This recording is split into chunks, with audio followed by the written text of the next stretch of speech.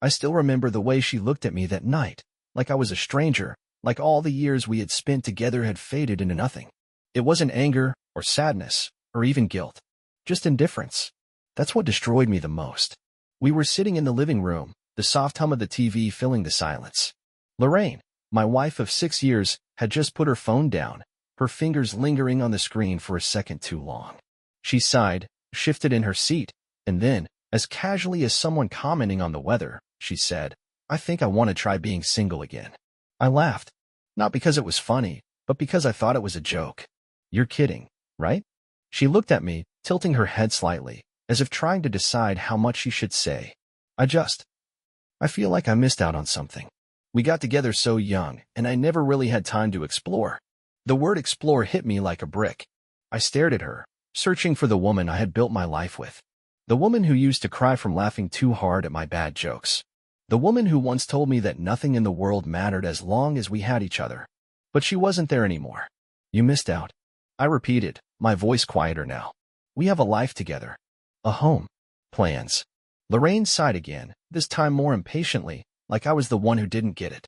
"I still love you, but I don't think I love you the same way anymore. I need to see what else is out there." She was so calm, so sure of herself.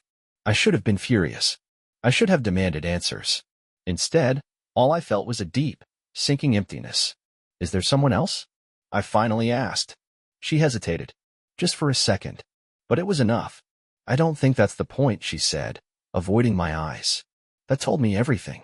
She got up, stretched like we had just finished discussing dinner plans, and started walking toward the bedroom.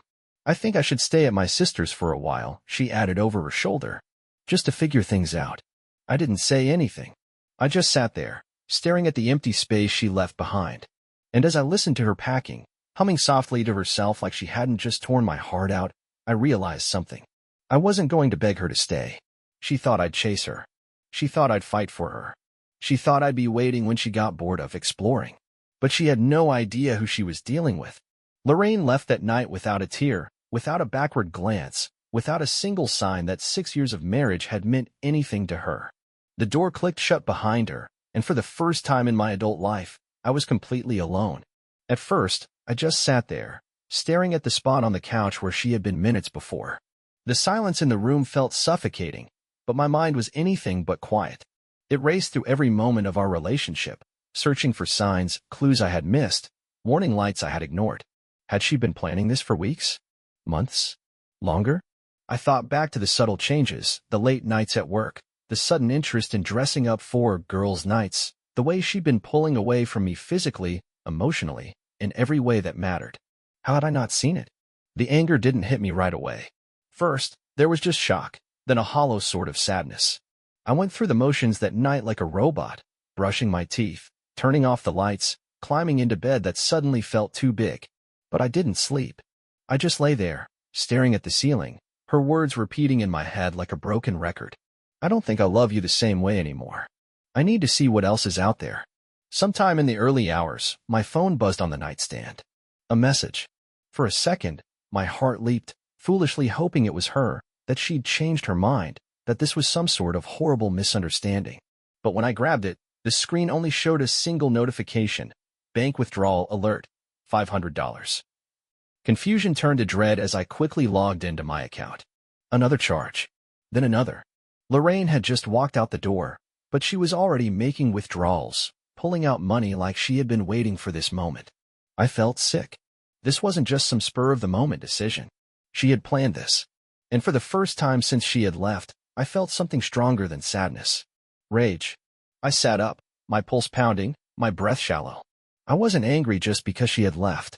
People fall out of love, relationships end, that's life. No, what burned through my chest like wildfire was the way she had done it. So cold, so calculated. She had made a decision long before I even knew there was a problem. And now, she wasn't just walking away, she was making sure she had enough of my money to make her transition into single life as smooth as possible. I clenched my fists, but I didn't act on impulse. Not yet. Instead, I got up, sat at my desk, and started thinking. She thought she had everything figured out, that I'd be too broken to do anything but sit here and watch her waltz off into her new life while draining our account in the process. She had underestimated me. I wasn't going to beg. I wasn't going to chase. But I sure as hell wasn't going to make this easy for her, either. I didn't sleep that night. Not because of heartbreak, not even because of the gut-wrenching feeling of betrayal gnawing at me. I was too busy thinking. Every time I closed my eyes, I saw Lorraine's face, that calm, almost casual expression as she told me she wanted to see what else was out there. I thought about the money she had just taken, about how fast she moved, and I realized something that should have been obvious from the start. This wasn't a decision she had made overnight. It wasn't something she had just felt and acted on impulsively. She had been planning this, probably for months. And suddenly, my sadness turned into something else entirely. It was the realization that I had been played. That every night she had come home late, every unexplained weekend trip with her friends, every phone call she had ignored in front of me, it had all been leading up to this. Lorraine hadn't just fallen out of love. She had mapped out her exit, lined up her next move, and now she was making sure I paid for it. Well, that wasn't going to happen. By the time the sun rose, I had already set my plan in motion. First thing I did was call my bank and freeze the account. Whatever Lorraine had already taken, she had taken, but she wasn't getting another dime. Then I started digging. I still had access to our shared phone account, and within minutes, I had the full record of her calls and texts over the last 6 months. There was a pattern, late-night calls to the same number, repeated messages, a name I didn't recognize popping up again and again. I stared at it, my pulse hammering. I wasn't stupid. I knew what this meant. She hadn't left to find herself. She had left because she had already found someone else. A normal man might have confronted her right then and there. Called her, demanded answers, screamed into the phone about how she had betrayed me. But I wasn't going to give her the satisfaction. She expected me to be broken, to be desperate, to be begging. Instead, I was about to turn the tables. I spent the next few hours gathering everything I needed, financial records, text logs, anything that could prove she had been pulling away long before she had the guts to admit it. And then, I did something that most men in my position wouldn't have thought of. I called a lawyer. Not just any lawyer, one of the best divorce attorneys in the city. If Lorraine thought she was about to walk away with half of everything I had worked for, she was in for a very, very rude awakening. By the time I finally walked out of my house that morning, I wasn't the same man I had been the night before. The devastation was still there, the betrayal still stung like hell, but something had shifted inside me. I wasn't going to chase her. I was going to make her regret ever thinking I would. The world outside felt different that morning, like I had woken up in an alternate reality where everything I thought was stable had suddenly vanished. The sky was overcast, matching the weight in my chest, but there was no time to dwell on emotions. Lorraine had made her move, and now it was my turn. I sat in my car for a long time, gripping the steering wheel, running through every possibility. My lawyer had already made it clear, if Lorraine had been planning this, she had likely done her research. She would expect me to roll over, to let guilt and heartbreak cloud my judgment while she walked away with whatever she wanted. I wasn't about to let that happen. My first stop was at our bank, where I closed our joint credit card and redirected my paychecks into a private account. Then, I made another call, this time to a private investigator. I wasn't sure if I really wanted to know all the details, but something in my gut told me this wasn't just about her leaving. Something bigger was at play, and if I was going to get through this, I needed to know the full truth. By midday, I was back home, pacing through the now eerily quiet house. Everywhere I looked, there were traces of her half-used perfume bottle on the dresser, the blanket she always curled up with on the couch, the empty spot on the counter where she used to leave me little notes. It was surreal. One day ago, she had been here, living this life with me. Now, she was gone, and the house felt more like a crime scene than a home. My phone buzzed. It was a message from the investigator. Got something for you. It's worse than you think. Meet me in an hour. Worse than I think? That phrase looped in my mind as I grabbed my keys and drove across town. I had already suspected another man was involved. I wasn't naive. But the way Lorraine had been so cold, so calculated, made me feel like there was something deeper, something I hadn't even begun to consider. When I arrived at the investigator's office, he didn't waste time with pleasantries. He slid a folder across the table, his face unreadable. Your wife wasn't just seeing someone else, he said, watching me carefully. She's been living a double life. I swallowed hard and opened the folder.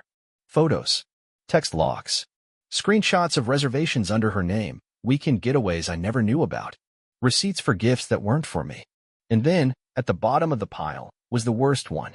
A blurry but undeniable image of Lorraine, wrapped around some guy in a hotel lobby, laughing, kissing him like they had no care in the world. Like she wasn't married. My hands clenched into fists. This wasn't a mistake. It wasn't a moment of weakness. Lorraine had been living two lives, one with me, the other with him. And just like that, any lingering sadness I had been holding on to disintegrated. This wasn't just betrayal. This was premeditated. And if she thought she could walk away from this unscathed, she was in for a rude awakening. I drove home in silence, the weight of the investigators' findings pressing down on me like a boulder. The evidence was undeniable. Lorraine hadn't just left me for another man. She had been living a second life right under my nose, slipping away into weekend rendezvous, spending our money on another man, and lying to my face with the ease of someone who had mastered deception. I should have been devastated.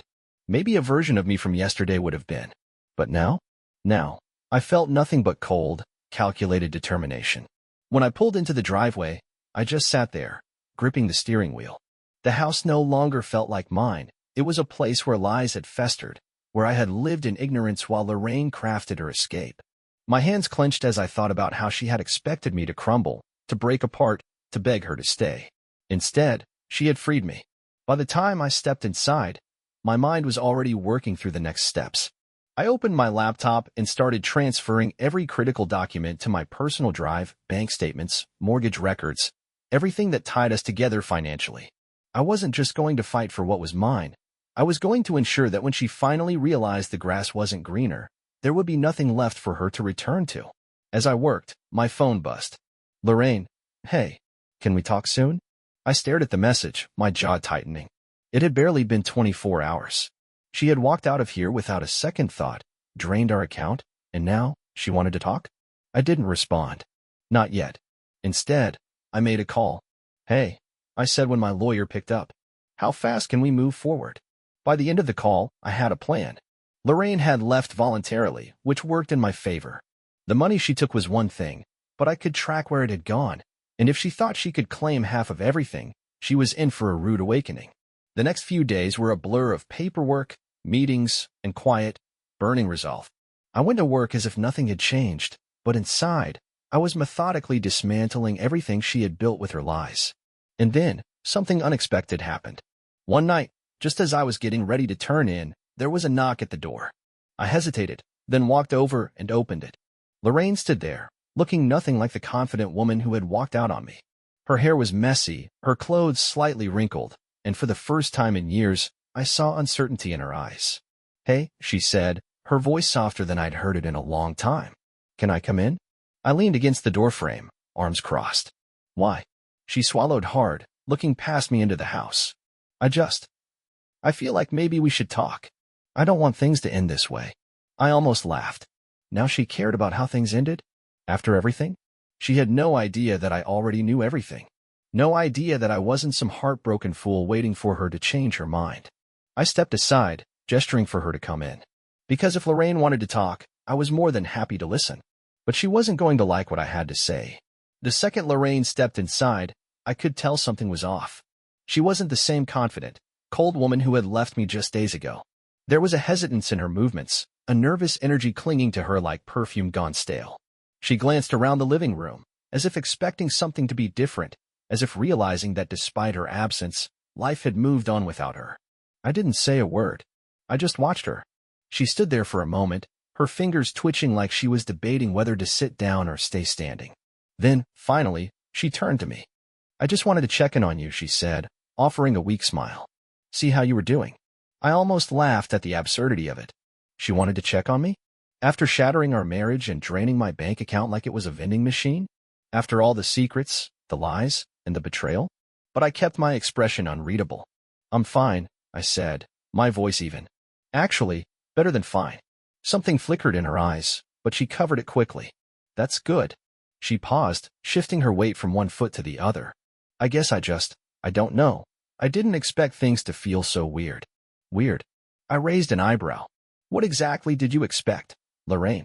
That you could just leave, and I'd be sitting here, waiting for you to come back.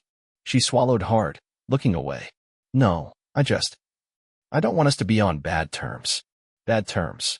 I wanted to ask her if she had thought about bad terms while she was sneaking off to hotels with another man. If she had considered bad terms when she had been planning her exit behind my back. But instead, I let the silence stretch between us, watching as she grew increasingly uncomfortable. She cleared her throat. Look, I know you're angry, and you have every right to be. But I miss you. There it was. The words I never expected to hear from her so soon. The admission, the crack in her confidence. I tilted my head. You miss me? She nodded, looking down. I don't know, Wendell. I thought I knew what I wanted, but, she sighed, running a hand through her hair. I guess I just thought it would be different. I leaned back, crossing my arms. And by different, you mean what? That I'd be miserable without you? That I'd be calling, begging you to come back? She didn't answer. I took a step closer, lowering my voice. Lorraine, let's not pretend you didn't have this all planned out. You knew exactly what you were doing when you left. You chose this. She flinched, her eyes snapping up to mine. I thought I was making the right decision. I thought. You thought the grass was greener, I interrupted, my tone cold. And now, what? You realized it's not. Silence. She looked away, biting her lip. That was all the confirmation I needed. It was almost laughable. She had been so sure of herself, so certain that I was just a stepping stone to something better. But now, reality had caught up to her. Maybe things with her new guy weren't as perfect as she expected. Maybe she had underestimated how much of her comfort came from the stability I had provided.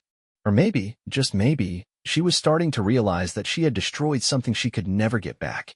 I let the moment hang between us, then finally exhaled. I don't hate you, Lorraine, I said, my voice calm. But I'm not the guy you walked out on anymore. Her eyes widened slightly. What does that mean? It means you don't get to just check in and expect things to be normal, I replied. You made your choice. And I made mine. She stared at me, as if trying to decipher the meaning behind my words. And then, before she could respond, I walked over to the door, opened it, and gestured for her to leave. Her face paled slightly, her mouth opening like she wanted to protest. But there was nothing left to say. For the first time, she looked uncertain, lost, like someone who had played the game and realized, too late, that she had bet on the wrong hand. And as she walked out, I felt nothing but clarity. I had one. She just didn't know it yet. I closed the door behind Lorraine and just stood there for a moment, feeling the weight of everything settle in. I had imagined this moment so many times, her coming back, regret in her eyes, realizing what she had lost. But now that it had happened, I didn't feel the satisfaction I thought I would. There was no rush of victory, no triumphant feeling of revenge. Instead, there was just clarity. I wasn't the one who had lost something. She was. I walked back to the couch and sat down, running a hand over my face. A year ago, I had been completely broken, drowning in the pain of her betrayal. I had spent sleepless nights wondering what I had done wrong, what I could have changed, how I had failed as a husband. But now, I saw things differently. Lorraine hadn't left me because I was lacking. She had left because she thought she could do better. Because she thought that somewhere out there was a more exciting life waiting for her. A life without the boring stability of marriage, without the commitment and responsibility. And now, she was realizing the truth. I checked my phone, scrolling through my emails. There was one from my lawyer confirming that everything was in place. Lorraine had walked away from our life together, but she wasn't walking away with what she expected. She thought she could waltz back in and test the waters, maybe see if I would take her back. But that door had closed the moment she made her choice. That night, I slept better than I had in months. The next morning, I got up early, went to the gym, and then stopped by my favorite cafe for coffee. I was sitting at a table by the window when I heard a familiar voice behind me. Wendell. I turned around. Lorraine. She looked different in the daylight. Less sure of herself, like the reality of her choices was starting to weigh on her. She was dressed casually, but I could tell she had put effort into her appearance, like she wanted to look effortlessly put together. I took a sip of my coffee, then leaned back in my chair. Lorraine. She hesitated, then stepped closer. Can I sit? I gestured toward the chair across from me. Go ahead. She settled in, folding her hands in front of her. I just wanted to say that I'm sorry if I caught you off guard last night. I raised an eyebrow. That's what you're sorry about. Her lips pressed together for a second before she sighed. No. I guess I'm just realizing that I made a mistake. I stayed silent, letting her continue. I thought I was doing the right thing, she said, her fingers nervously tapping against the table. I thought I needed to see what else was out there, but she let out a small, bitter laugh. Turns out, I had everything I needed right in front of me. There it was. The confession. I studied her for a moment. Part of me had waited for this, had wanted to hear these words. But now that they were here, they meant nothing. You don't get to realize that now, I said, my tone calm but firm. You made your choice, Lorraine. And I've made mine. Her eyes flickered with something. Panic, maybe, or disbelief. Wendell, I shook my head. It's not my job to clean up the mess you made. I spent months grieving this marriage while you were out exploring. And now that things aren't as exciting as you thought they'd be, you want to come back. I leaned forward slightly. That's not how this works. Her breath hitched slightly, and for the first time, I saw something real in her expression, regret. But it wasn't my burden to carry anymore. I stood up, leaving a few bills on the table. Take care, Lorraine. As I walked away, I didn't feel anger or resentment or even relief. I just felt free. As I walked away from that cafe, I felt something I hadn't expected, peace. Not relief, not triumph, just a quiet, undeniable peace. For so long, I had thought closure would come from getting answers, from understanding why Lorraine had done what she did. But I realized now, I didn't need an explanation. I didn't need her regret. I had already won. She had broken my heart, believing I would always be there, waiting, lost without her. But I hadn't just survived, I had thrived. And now, as she sat there, watching me leave, she was the one stuck in the past, realizing too late that she had gambled away the best thing she ever had. The sun was warm on my face as I stepped outside. A fresh start. A new chapter. I headed toward the park, enjoying the quiet of the morning, feeling lighter than I had in years. My phone buzzed in my pocket, this time, not with a message from Lorraine, but from someone else. Grace. I smiled. We had met a few months ago, just by chance. She wasn't a rebound, wasn't someone I sought out to replace Lorraine. She was just someone who made me laugh again, someone who reminded me what it felt like to be seen and appreciated. Someone who didn't make love feel like a competition or an obligation. Still up for that lunch today? Smiley face. I typed back quickly. Absolutely. Can't wait. As I slipped my phone back into my pocket, I took a deep breath, looking around at the world that had kept moving forward even when I thought mine had ended. Lorraine had been a chapter of my life, one filled with love, betrayal, and lessons I never expected to learn. But that's all she was now. A chapter. And for the first time, I was truly excited to turn the page.